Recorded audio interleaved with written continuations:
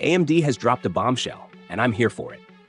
The Radeon 9070 XT is finally here, and it's not just a GPU.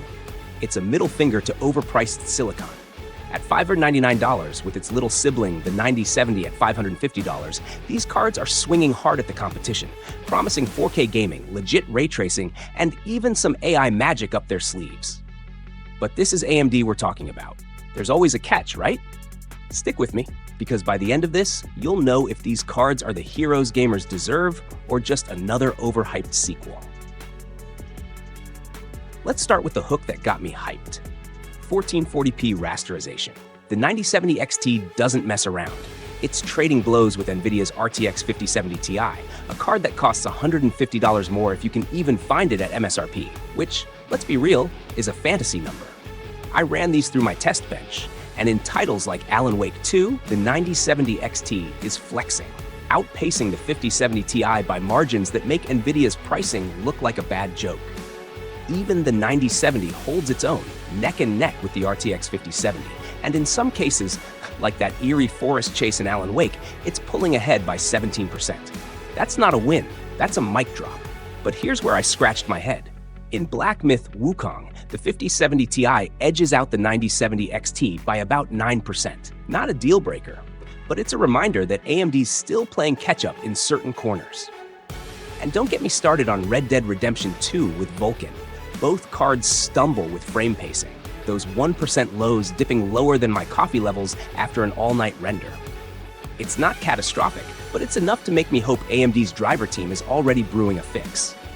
Now, let's crank it up to 4K, because that's where these cards flex their biceps. NVIDIA cheaped out with the RTX 5070's VRAM, leaving it gasping at ultra settings. But AMD? They slapped 16 gigabytes of GDDR6 on both the 9070 and 9070 XT. Sure, it's not the shiny new GDDR7, but when I fired up The Last of Us Part 1, the 9070's 1% lows were 23% smoother than the 5070's. Hitches and stutters nowhere to be found. It's like AMD looked at NVIDIA's VRAM stinginess and said, hold my beer. That extra memory isn't just a spec, it's a lifeline for high-res gaming, and it's embarrassing how much smoother my sessions felt compared to Team Green's offering.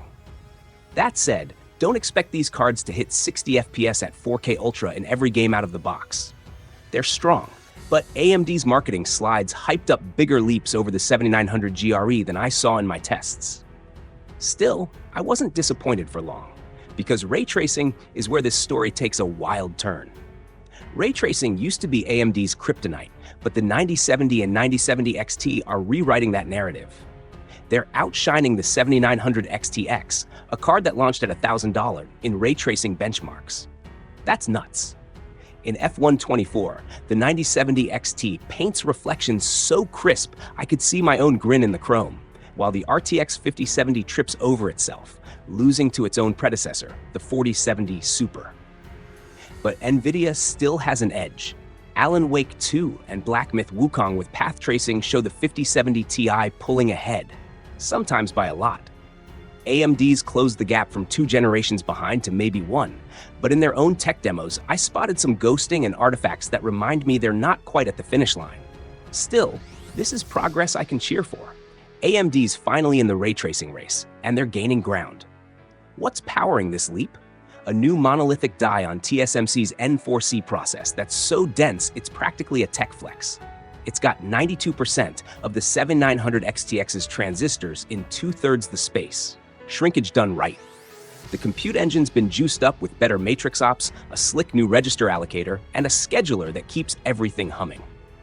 Toss in dual SIMD units, beefier ray tracing hardware, and AI accelerators that actually feel next-gen.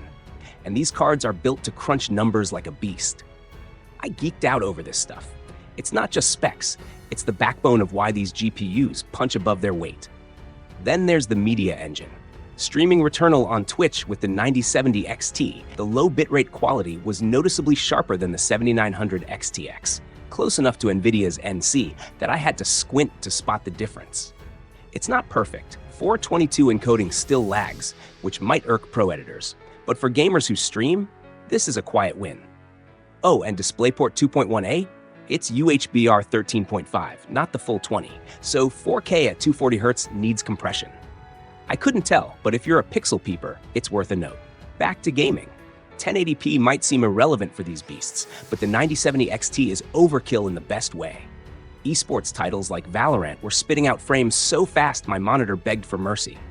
And with FSR 4, AMD's upscaling game is finally hitting its stride. In Horizon Forbidden West, those butterflies went from blurry smears to crisp little miracles. FSR 4's AI polish outshines FSR 3.1 and even nudges past DLSS 4 in spots. Artifacts are still there if you squint, but the motion clarity? Chef's kiss. It's not quite DLSS level performance uplift and game support's thinner, but AMD's catching up fast. AI and productivity, less rosy. In stable diffusion, the 9070 XT trails the RTX 4070 Super. NVIDIA's still king here. Video editing in Premiere Pro is solid but not stellar, and Blender laughs at AMD next to NVIDIA's optics. The 16GB VRAM helps, letting these cards tackle models the 5070 can't, but if you're not gaming, Team Green's still got the edge. Power draw's a mixed bag. The 9070 sips less than the 5070 on average in F124, but spikes to 321 watts. The 9070 XT? A wild 426-watt peak, averaging 309 watts, above its 305-watt rating. Combustor pushed both past their TBPs, but thermals stayed chill on my Sapphire Pulse sample, thanks to a beefy cooler and quality thermal pads. AMD's not hiding hotspot temps like NVIDIA, and that transparency's refreshing. So what's the verdict? The 9070 XT is a banger. At $599, it's the GPU I'd buy tomorrow. Performance, value, and a big screw you to NVIDIA's pricing. If AMD keeps it in stock, this could shift the market. The 9070 though? At $550, it's too close to the XT to shine, matching the 5070's May value instead of crushing it. AMD's playing a risky game here. The non-XT feels like a margin grab that could backfire, like the 7900 XT's rocky debut. And with no high-end card to flex against NVIDIA's 4090 or 5080, they're ceding mindshare to the green giant. Zoom out, and PC gaming's looking pricey.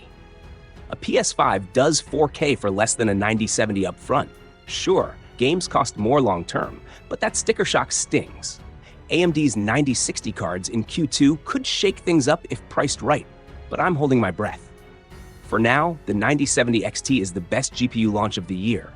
Maybe years. It's not perfect, but it's damn close to what gamers have been begging for. If you enjoy this video, please like, share, subscribe and hit the bell to the later update from my channel. Thank you for watching till the end and see you in the next video.